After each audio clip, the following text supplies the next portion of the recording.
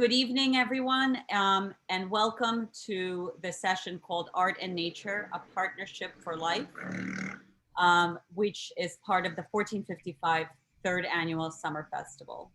I first would like to thank Sean Murphy, founder of 1455, who showcases work of creatives and supports the micro communities spanning multiple artistic genres. Thank you, Sean, for giving us all an opportunity to talk about this very important subject. And of course, also helping bring awareness to the artist communities and the vast and diverse audience of the festival about the importance of our role in helping preserve nature, help protect our very precious and endangered species, and learn and find better ways to help nurture our environment and its climate and the shifts that are taking place within our world that impact our most vital ecosystem. My name is Leah Elimelia. I am a poet, writer, founder, and director of Wordshed NYC. We are an all-inclusive, interdisciplinary community, culturally and creatively integrated, combining art forms and interlocking ideas. We welcome all artists and collaborations. Since our inception over 2 years ago, my aim for Wordshed NYC has been to embrace artists, vulnerability, creativity, and individuality with hopes that each one of us together feels nurtured and challenged with our internal foundation. Please visit our website at www.wordshednyc.org. Thank you. I would now like to thank everyone who's on this panel with me this evening. It's truly an honor to have you all here with me. I'd like to first welcome Chiara Gorodesky, an attorney by trade, who is also an executive director at Benjamin Briones Ballet, and is very much involved in the Turtle Conservancy, providing legal and developmental advice, and who is the star of this wonderful idea that came together, a partnership between science, conservation, and the arts. I would also like to welcome Benjamin Briones, director and founder of Benjamin Briones Ballet, choreographer behind the Fergus the Tortoise Ballet, and who is proud to be the first dance company to present a full-length ballet addressing the important issue of turtle conservation. Fergus the Tortoise is a fantastic cross between water and land turtle who experiences many adventures in search of his own identity and his role in the world. This emotional dance journey is for the whole family, helping raise awareness of wildlife conservation, and will come to the stage as a 2-act ballet in summer 2022. I hope that if we have time, we will be showing the reel about the work that went into bringing this project to life. I would also like to welcome to the panel Peter Paul Van Disch, who serves as a Field Conservation Programs Director of the Turtle Conservancy. He is a co-chair and Red List Authority Coordinator of the IUCN SSC Tortoise and Freshwater Turtle Specialist Group, and Director of Turtle Conservation Program at Rewild. Professor James Juvick serves as the Turtle Conservancy Senior Conservation Scientist, and many, many other things that you are involved in, which you could of course discuss. Thank you for being here as well. Peter Laufer is a James Wallace Chair Professor in Journalism and co-director UNESCO Crossing Institute for Conflict Sensitive Reporting and Intercultural Dialogue at University of Oregon School of Journalism and Communication. He is the author of many books on subjects such as Vietnam War veterans, major crisis of malnutrition in our contemporary society, magnitude and impact of illiteracy in America, the crisis of consumption of crack cocaine, work on pioneering study of Americans incarcerated overseas.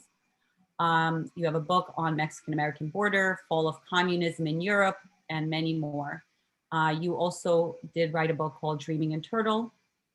Lastly, we have Craig Stanford, who is internationally renowned for his work on animal behavior and ecology.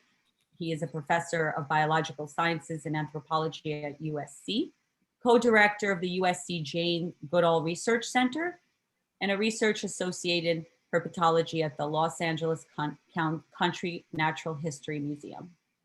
Thank you so much for being here. I'd like to start the panel by talking a bit about the, what kind of concerns you have when it comes to our climate and how that impacts tortoises and turtles around the world. I also, before that, would like to just acknowledge that there are more and more novels, artistic collaborations, art projects, things being written, articles on climate change and what it's doing to our environment, which says something fundamental about who we are and our humanity, the reality about our current environmental crisis that cannot be denied and also cannot be contributed to other parts of the world only, as if it's not happening right here in our own backyard. So how do we take on the displaced truth and bring it closer inside our communities and fostering this awareness and breaking away from anti-climate rhetoric? If we could start with Peter Paul, and I believe that you had just participated in the first session of the 31st meeting of the CITES Animals Committee at the UN. If you'd like to just briefly talk about that and then, share with us your thoughts on the question. Thank you. Thank you, Leah. Thank you, Sean, for inviting me on this panel. Thank you, Chiara. Yes, the 31st meeting of the CITES Animals Committee just concluded 2 weeks ago. It's one of the sub-meetings of the Conventional International Trade in Endangered Species of Plants and Animals, CITES, which in turn is part of the global system of conventions and agreements that we as a planetary society have created to prevent the worst excesses of environmental degradation and overexploitation. It comes in a line of other such agreements, all the way from the Montreal Protocol on chlorocarbon compounds polluting the atmosphere, the ozone layer to be protected, environmental destruction, conservation of biodiversity through the Convention on Biological Diversity. There's a global network of these agreements, but it's not enough. We are doing a little bit, but we need more. The human society, socioeconomic developments are just overwhelming the planet, and we need to be careful that we stay within our planetary limits. With our overexploitation of the planet, our abuse of our planetary home, we also risk and, in fact, actively impact other species sharing this planet with us. They have a right to survive here just as much as we do. So we have to find a balance where humanity can continue, but certainly not at the expense of other species, but also not at the expense of the ecosystems that actually in the end support and nurture and sustain us. We cannot do it alone. We are not mechanically engineers that we can manage the entire planetary climate and food systems on our own. Every time we tinker with it, we have unintended consequences. So we need to live within the constraint of the planet, and we have to understand those. And I invite my co-panelists to add to that. Yes, Craig, would you like to add your own thoughts? Uh-oh, mute. Oh, you're on mute, sorry. Sorry. First of all, thank you to Chiara and Ben for bringing this to life. It's amazing, it's wonderful. And we in the turtle conservation community feel that anything we can do to raise awareness and open people's minds to these issues about turtles and tortoises is a vitally important thing. I think most people don't realize, before I get to climate change, that the bottom line for us is that this is the most threatened group of higher animals on the planet. That a higher percentage of turtles and tortoises species of the total are threatened with extinction than any other group of animal, any other large group of animal that we know of. And so the issues are really critical. The problems are many, we can talk about them, but you asked about climate change, and Peter Paul and I were just recently talking about this, how complicated the issues are. And the fact that most people don't know, but this is a great little bit of trivia for people to now know, that turtles and tortoises don't have sex chromosomes. They reproduce with the gender of their offspring being determined by temperature.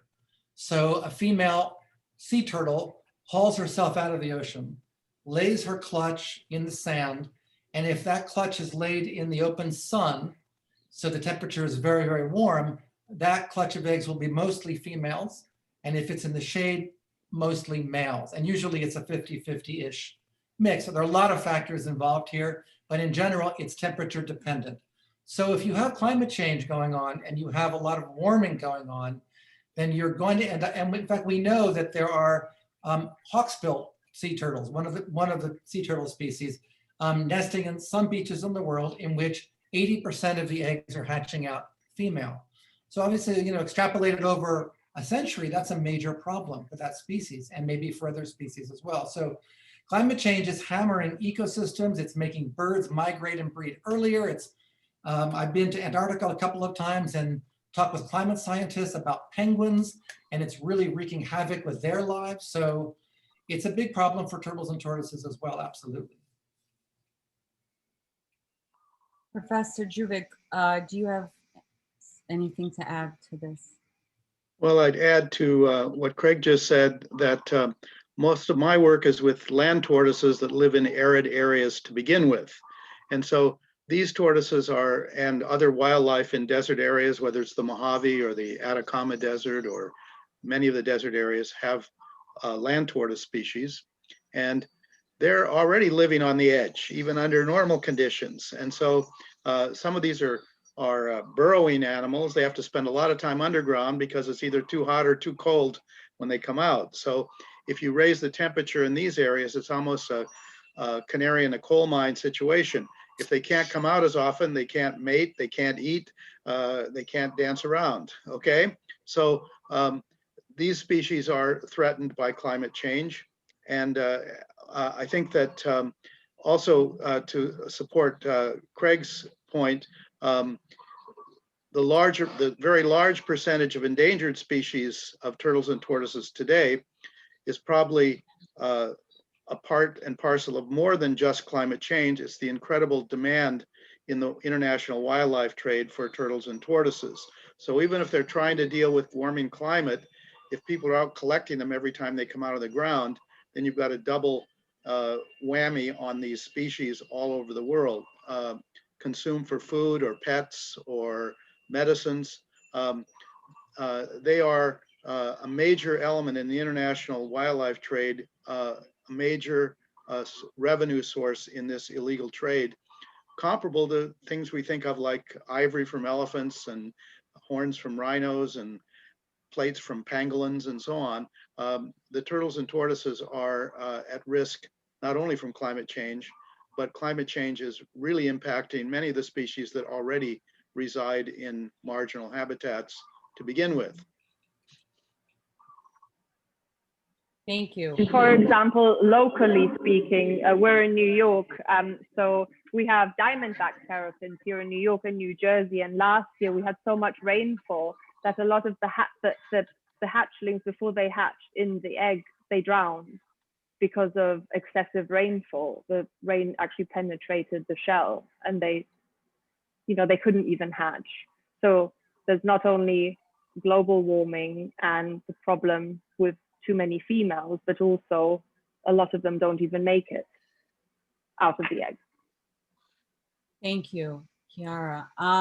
Peter Laufer, with your journalistic expertise and your fascination with nature, would you like to share your thoughts on this subject? Absolutely. And excuse me, one of the things that occurred relatively recently in the Pacific Northwest, where my university is located, is this extraordinary record-setting heat wave, killer heat wave that came through Washington, Oregon, British Columbia, killing animals, including our kind of animals, humans, because it was so hot and because the region is not prepared for that kind of heat. It's not a place where air conditioning is prevalent. And just to give a sense of the enormity of this, farm workers died in the fields, not having adequate water or shelter from the heat. Others died in their apartments because they were not equipped to survive the heat and were left alone. And there were reports of oysters in Washington state literally being boiled in their shells because of the extent of the heat and the domination of the heat over several days. So perhaps for those who are skeptical or denying the realities of the science, the experiential realities can be of some value. One of the realities that we see on the Oregon coast is the warming of the Pacific waters, the result being that some sea turtles are ending up in distress off of our coast.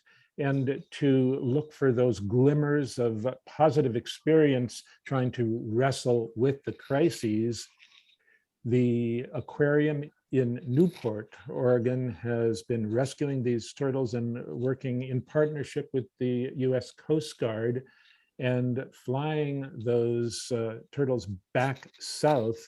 And this is something that the Coast Guard is doing in conjunction with their training missions, so no cost is involved. So it's important, while we try to figure out how to deal with the problems we're talking about here, that much like the ballet, we look for some joy in the midst of these dismal details of the daily downer. If I could just add one comment to Peter, talking about the turtle rescues off the coast of Washington and Oregon. You may recall earlier in the year, the incredible freeze down in Texas, and the rescue of literally thousands of sea turtles who were being impacted by the cold water. Okay, I say, wait a minute, I thought we're into global warming. Well, what we're into is rapid climate change and exaggerated climate variations. So just as Chiara said, you might have too much rain. If it's too much rain occurs all the time, then that upsets the organisms in that area. And too much rain may be because of atmospheric warming, which allows the air to hold more moisture. So climate change involves all kinds of different changes, some of them unpredictable. And tortoises and turtles, aquatic turtles, can be impacted differently than terrestrial ones. So it's a very complicated situation, and one that is difficult. As Peter Paul said, we're trying to identify these impacts, but coming to grips with them and the kinds of adaptations are difficult. There's a place in Australia near Perth, which has a trend in drying conditions, decreasing rainfall, and they've been looking at collecting and moving aquatic turtles from drying ponds to areas further north where there is higher rainfall, actually relocating populations to try to allow them to survive under slightly different climate conditions. But all of this is very complicated, and there are many issues that are very difficult to deal with. And so many of these factors are unknown to the person in the street, even though tortoises and turtles are such loved animals. In every culture and on every continent, people love tortoises and turtles. Everybody has a tortoise story. And you know that, for example, another issue that isn't being spoken about is the poaching and the illegal trade, as the panel just discussed. Some of these animals only live in the wild in very few numbers, and I'm talking about as little as over or under 100 of animals in the wild, and they're being traded on the illegal market for up to $90,000 or $100,000 as status symbols. So these rare animals are being kept as pets, and there's a whole market going on behind the scenes that nobody knows. It's pretty much the same as hunting for elephants for their ivory, or lion shootings. And if you see these people with their prey and their rifles. There are many, many people around the world who collect very precious, very rare animals. And, the number goes up the higher they are on the list of endangerment. And there is a list. Peter Paul can talk about that a lot. There's endangered, critically endangered, what else? Highly endangered, and then it's extinct. There are 4 categories, I think, and it goes up, right? It starts at vulnerable, endangered, critically Vulnerable. endangered, and then extinct in the wild and extinct. Wow. And in fact, yes. Sorry, I would just echo what Chiara just said, that so many people, I'm always amazed in my work promoting conservation to the public and to groups, how many people really do have a deep emotional connection to turtles and tortoises in the world. And I mean, sometimes it's children, sometimes it's people who as children had a pet turtle, a radioed slider from the pet store, but often it's something much more than that. Often it's a family that canoed every year in a lake where there were turtles on logs. And that's a very vivid memory. And if there's a risk those turtles won't be there for their next generation, for their kids, that's a very sad thing. Sea turtles nesting on beaches that people go to Hawaii and get to see. So I just wanted to jump in and say that there is a really strong emotional connection here to these animals, more so than for many other animals. And that's a really good part of our need and our desire to create more public awareness. We have huge traffic jams in Hawaii right now on the island of Oahu because social media has indicated where you can see sea turtles hauling out just to bask on the sand. And thousands of people are showing up at these locations, and there are traffic jams on 2-lane roads, and the local people are angry at the tourists, and the tourists want to get a photograph with the sea turtles because they love sea turtles. It's created quite a controversy on the island of Oahu right now. We also have hotels that have adopted turtles, coastal hotels have adopted turtles as their greening up of the hotel, and they have an annual release of head-started turtles, sea turtles, every July 4th, Turtle Liberation Day, Turtle Independence Day, okay? So there's a lot of interest in turtles, and it creates all kinds of interesting events, educational and conflict. But we haven't been in ballet, and that's what we're doing now. So we're taking it to another level. No question. And when you think about it, both in news reporting and in literature, popular literature, children's books, it's intriguing to consider this plethora of material that is turtle-based because of our human fascination with turtles, and not yet a ballet. Well, not a single turtle yet. Yes.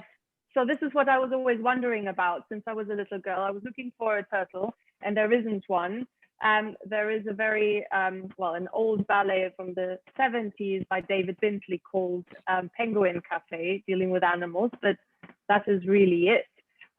There's lots of musicals, but nothing ballet-wise. And then when I joined Benjamin Briones Ballet, I asked Benjamin, can you not make a fantasy ballet, and have one tortoise or turtle dancing in it? And he said, okay.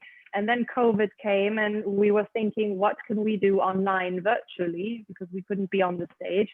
And I thought, you know what, I'm working for Turtle Conservancy, and I have access to the most esteemed scientists and professors in the world, the leaders in the field of turtle and tortoise knowledge. I would like to use it. I would like to use their knowledge. I would like to call them and email them and ask them for help to create the world's first turtle ballet. And then I discovered Sebastian Morley's book, Fergus the Tortoise, which he actually emailed Turtle Conservancy and said, I wrote this book, can we do something together? And I said, I like the story very much. Let's ask Ben and make a ballet of it, and ask everybody to help write a 2-act story and make it as accurate in terms of conservation as possible, with a fantastic element that he's a fantastic cross that can't really exist, because a land and a sea turtle can't cross in real life. So he's the only fantasy animal in the story, but everything else is very realistic. and we're touching on issues of poaching, habitat loss, pollution, and many other things that the animals of today in our world, not only turtles and tortoises, but everyone, all of us, also humans, encounter. And then I asked this genius choreographer, Benjamin, to choreograph it.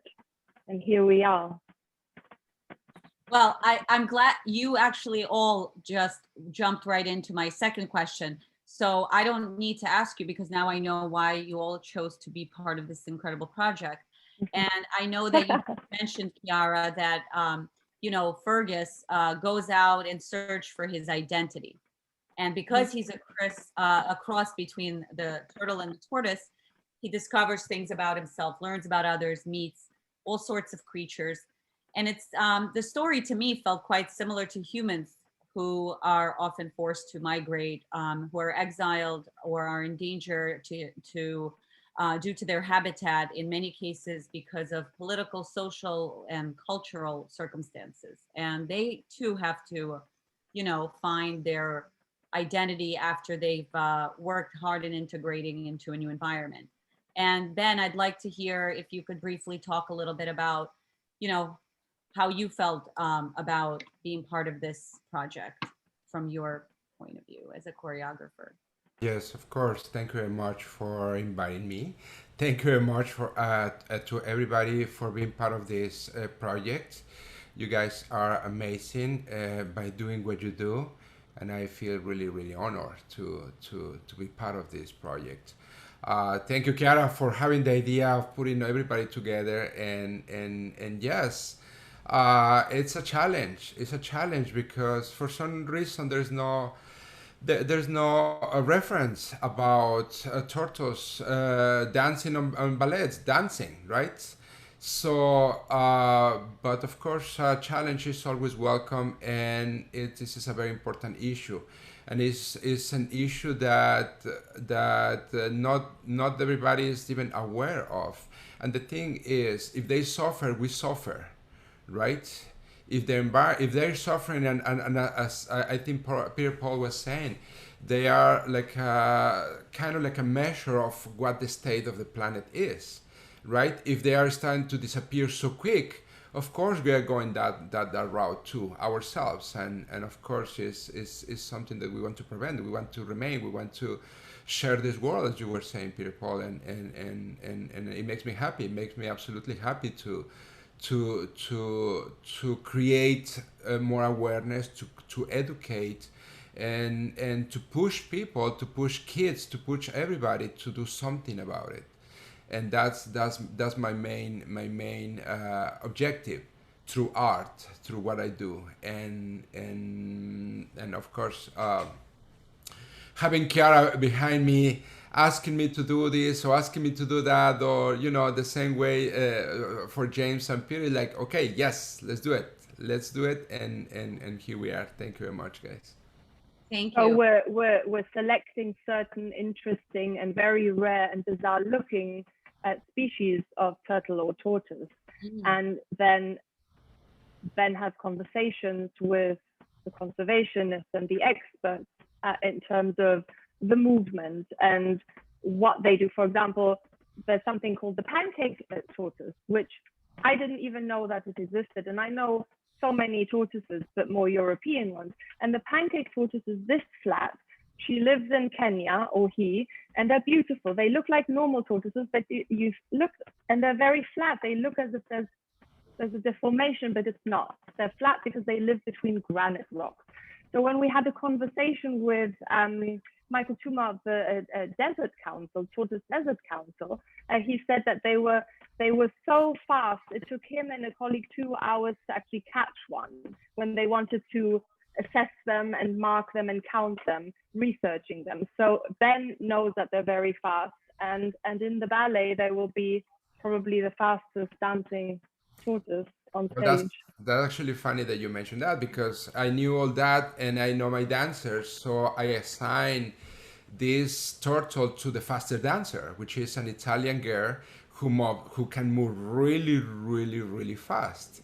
And that was kind of like in a way, with the characteristics of each turtle were assigned to their counterpart, the human counterparts. And that's part of what makes also the story and the ballet possible, because they are already that, you know, certain traits that are common to living things, right? And you just I just make the correspondence and assign them their character, the turtle, and that's part of how the casting is made. Yes. Mm-hmm. Yeah. And they actually each turtle or tortoise, they look different from the front and from the back. So we have an artist who's hand painting the costumes to make it as accurately as possible. And Peter Paul is on my speed dial day and night at some odd hours. And I'm asking how many scoots, these are the four, the little plates that every tortoise or turtle has, going around and in the middle and on the side. Has this species, is this accurate? And he says yes or no, looks it up, and then I'll go to the artist who is saying, oh, what are you doing to my life? I didn't sign up to this at all when I agreed to paint all these turtle costumes. And then he does it because it's for a good cause. And we can tell the audience what steps they can do to get active. And the steps are: join the right organizations, read up on it and ask the experts, educate yourself.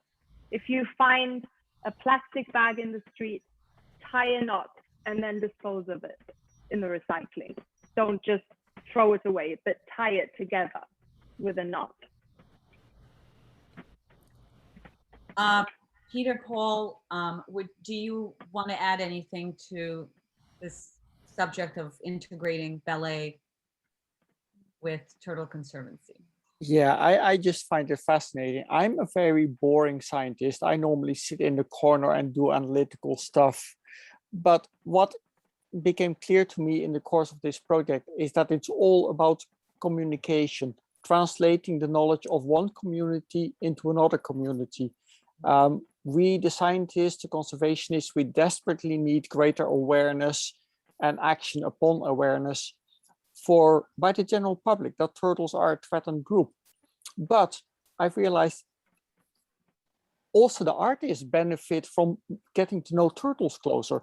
They begin to recognize how graceful turtles can be, not just a fast-running pancake tortoise in Kenya, but also a sea turtle flying underwater over a coral reef, or soft-shell turtles swimming delicately, gently through the springs in Florida.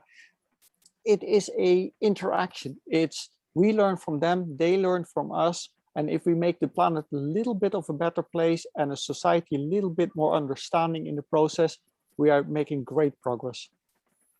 And it's actually very local. And this is, you know, a big thanks to Jim Juvic, who was writing the script for the 2-act ballet, helping us, coming up with brilliant ideas, because Jim, you were the one with the idea to make Fergus's mother, in the book, she's a sea turtle, but we're making her a diamondback terrapin because they used to be local to actually New York City, and now they are still local to New York, but not New York City and further up the shore on the East Coast. And it's just wonderful to bring it local and to really tell the story that these poached animals and displaced animals have, in a fantastic way, of course. Let me just add one correction. Chiara is always saying she asks people to do stuff. No, she tells them to do stuff, okay? And she's relentless, all right? When she was asking me to do this and that, I'd complain, and she'd say, but you wrote a book about a children's book about a dancing turtle, so you have to do it. I said, yeah, okay. And then she calls me at 6 in the morning because she doesn't understand 6 hours time difference between Hawaii and New York. You can't say no to her because she ends all of her emails with like 1,000 hugs and hearts and so on and so forth. And because I try to get out of it, but I can't. I'm stuck.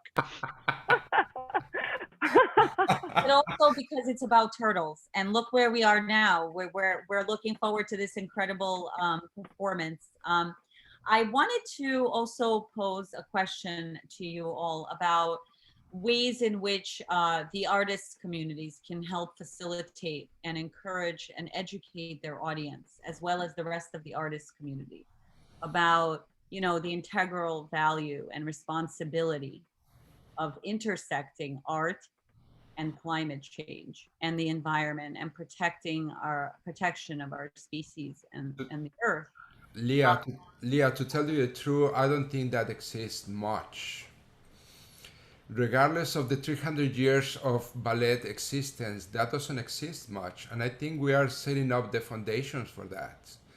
I think this is unique. What we are doing is extremely unique because that doesn't exist, Leah, in reality. So you're talking about particularly in the ballet community. The collaboration between Right. science and Because art to create awareness, I have not seen that in reality. Yeah. So if I could convince you all and the audience to make the leap and think of us journalists as, if not artists, potentially artists, or at time engaging in journalism that we might consider art. That's what we're doing at the University of Oregon with our Center for Science Communication, and trying to use the techniques of journalism and the connections that journalists have with a broad public to bring awareness of science issues, and also to try to express to a lay audience some of what might be difficult for some of us to understand, coming directly from some scientists. So I see from my exposure to the ballet that this production is doing much the same thing by pushing out this information to an audience that is receptive to ballet and might not realize that it can be receptive to important science information. Yeah, and of course, you know, as oftentimes what happens is that people tend to see the wildlife separate from, you know, human life. And we're very much integrated, and we really rely on each other. And so we have to kind of find ways where we bring the wildlife even into places like New York City, even whether through dialogue or artistic expression, narratives, and things of that nature. Because I think that, you know, places like in schools, in public school system, or even, you know, in communities there are underprivileged, for example, how much is being really discussed, and what tools are we giving our communities around our cities to learn more about all these important facts that, for example, we've just covered here this evening. And so I you know, how do we break out of the boundaries that within which we formed our lives, you know, and transform those boundaries through art,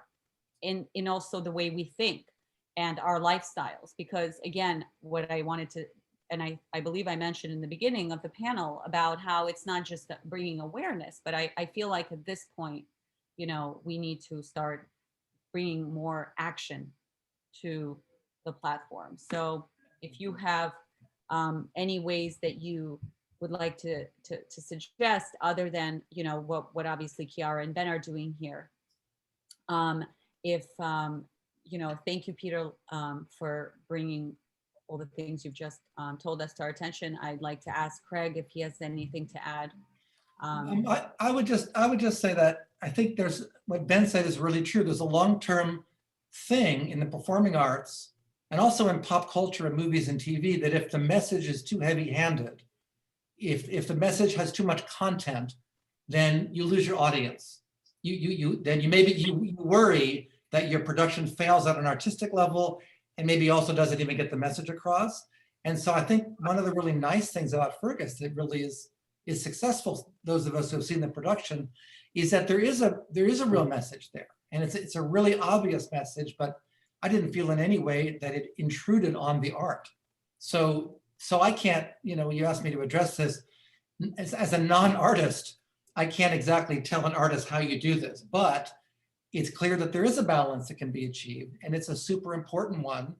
And we kind of all know it when we see it. If you're watching something on Netflix or CNN, we all know, we scientists always know when the message has been dumbed down and it's been, it's been lost. It's just too fluffy. And at the same time, we're also aware that, gee, if it were a little bit more dry and technical, it might appeal to me, but not to the 99% of the other people who you really want to hit home the message with. So it's really a balance. And I think it's a challenge that these folks, that Ben and Chiara and their production company have really done well. They've really gotten it. So thank you. Making the audience to relate to the story. I think that's one of the most important things. How this person that knows about turtles nothing, right? How can we make that person interested in the story, right? And interested about what they are going through, and interested about pollution and all these issues, but to make them to get related to the story. And at some point, I believe we were talking about Sebastian, the author of the book, the original book, and how he wrote this book for his niece. His niece is from mixed race, and at some point she's still very, very young, and at some point she was feeling very inadequate, and he wrote this book so she will feel better about herself, about being a mixed race, about knowing that she's different, but knowing that that's okay. And that, I think that's part of how we are taking all this information and taking all of you and your knowledge, your amazing knowledge, into the audience and into the brains of everybody who sees this, everybody who hopefully will get touched by this. And also, I mean, it's not only, sorry, Leah, it's not only just this identity crisis, Fergus. It's Craig is at the moment working to save a species of tortoise in Mexico, just by the border. Could you tell us a little bit about that? Well, we have several projects in Mexico that Peter Paul especially is involved with, but I think maybe you're thinking of this box turtle that lives in one valley only in the world, in northern Mexico, a few hours from the Texas border.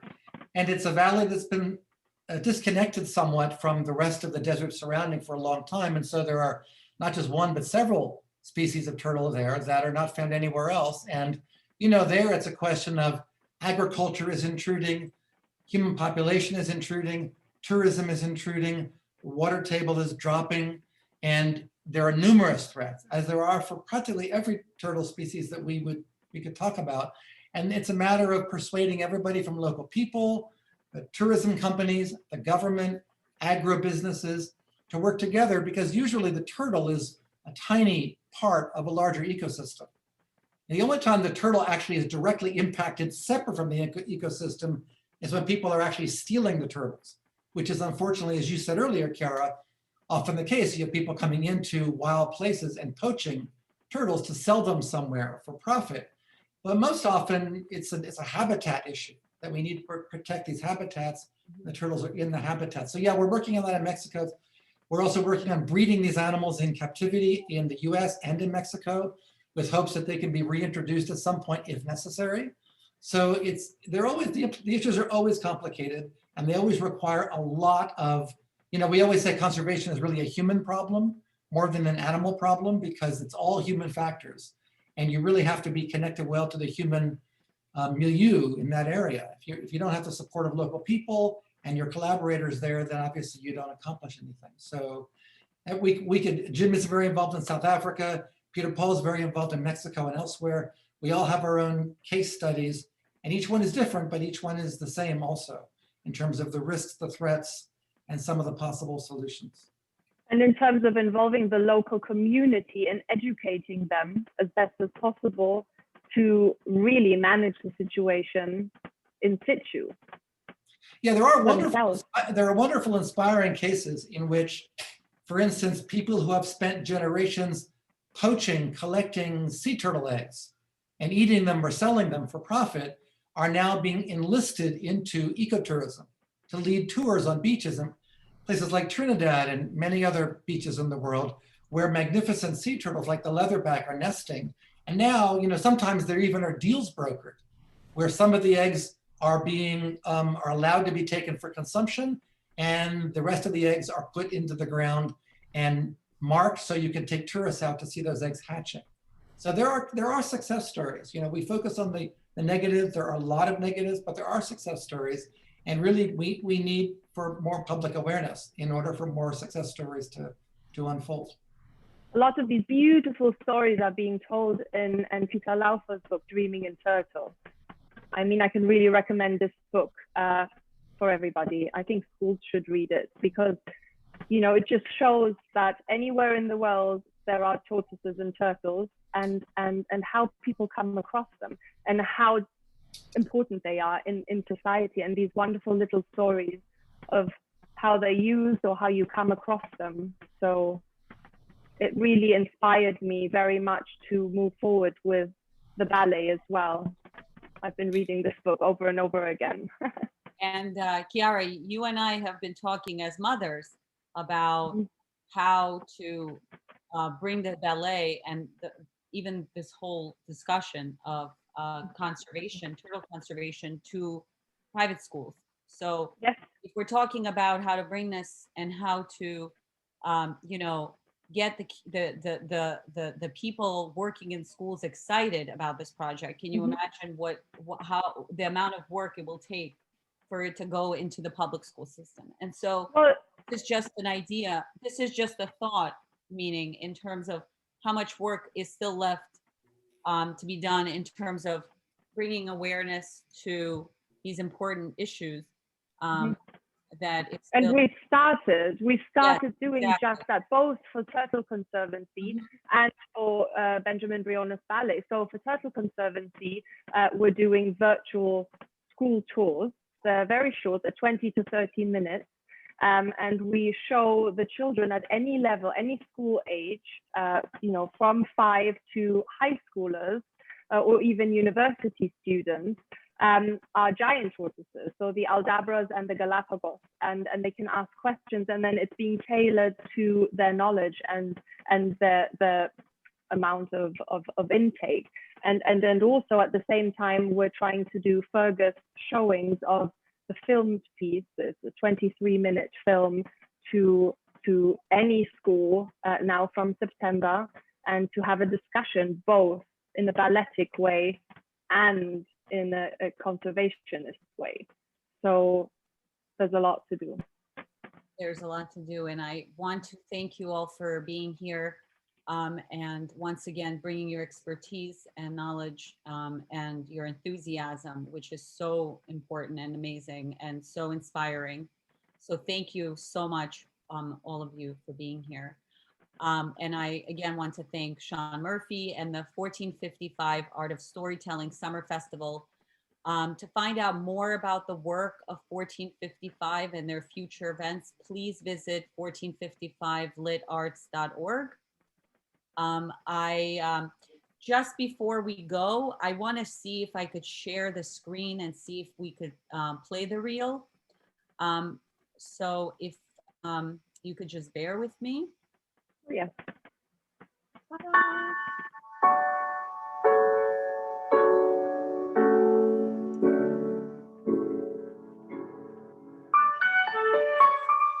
So this ballet that's happening or being produced is really interesting, because these are really like jewels. You can see from this turtle here, they're like nature's little jewels. And it'd be beautiful to have a ballet that highlights how beautiful these animals are and how important it is to conserve them and keep them in nature, wild and not in captivity, and to stop a lot of this the poaching and the bad stuff that's going on that's endangering them.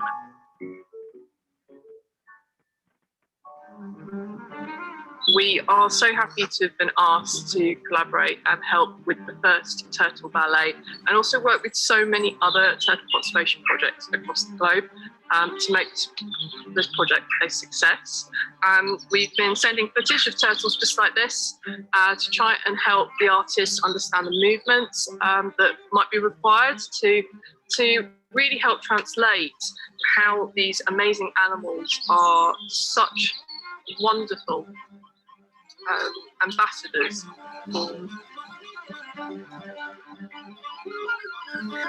It was a real challenge for me because I've never done this before.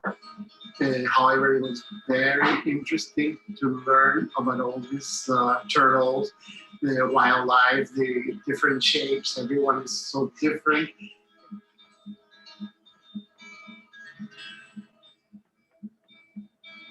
Hudson River Park's River Project is excited about this production because it showcases ecologically important species native to New York City that don't often get time in the spotlight.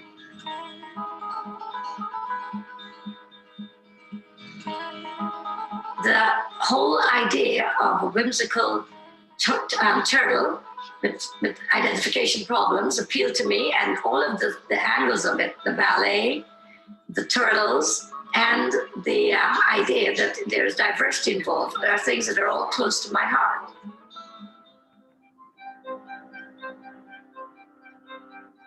I'm delighted to be on the advisory board, and I think it's what I've seen a beautiful production so far, and will absolutely highlight the enormous problems with turtle conservation throughout the world.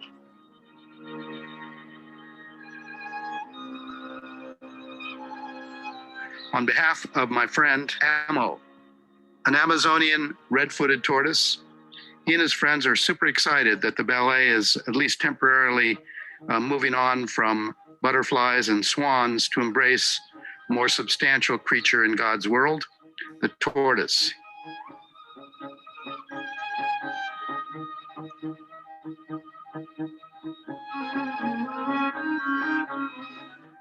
I decided to do this to create more awareness, to educate, and just to help them and to help us.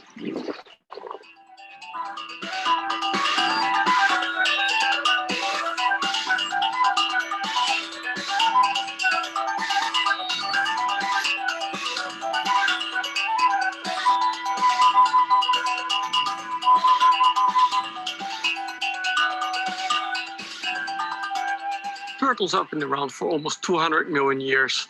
And over those years, they have learned to adapt to a variety of circumstances and environments like the oceans, freshwater, lands, even deserts.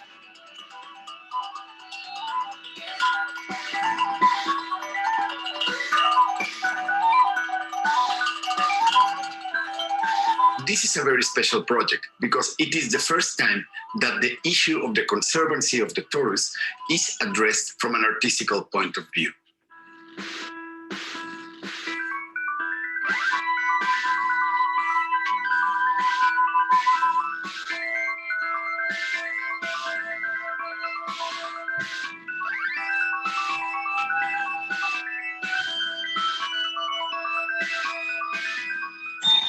I'm absolutely thrilled to be part of Fergus, the creation of the world's first ever ballet about tortoise conservation.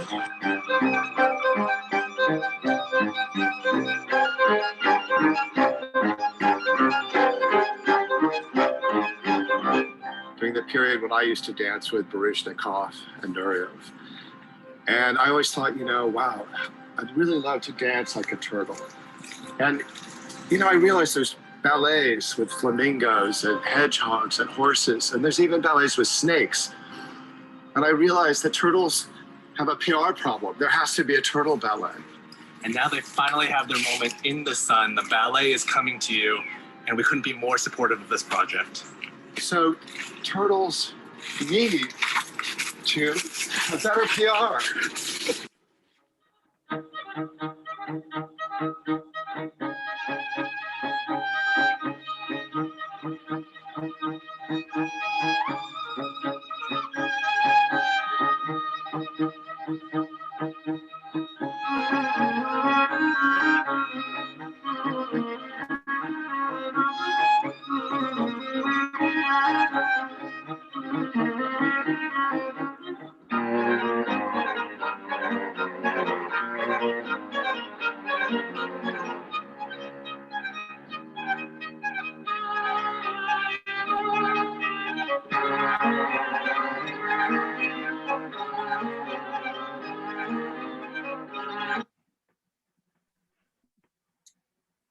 thank you all so much for being here once again. Thank you. Check out wordshednyc.org, Benjamin Briones Ballet.org for further information on the ballet, and you could always sign up for a newsletter to find out any updates on shows and anything in between. And please do also check out Turtle Conservancy. I wish you all a good evening, and I hope that we all continue to work and preserve our land and our ecosystem and our environment and climate, and we can always work together. Thank you so much for being here. Thank you. Thank you very much. Thank you, everybody. Thank you and good night. Thank you. Good night.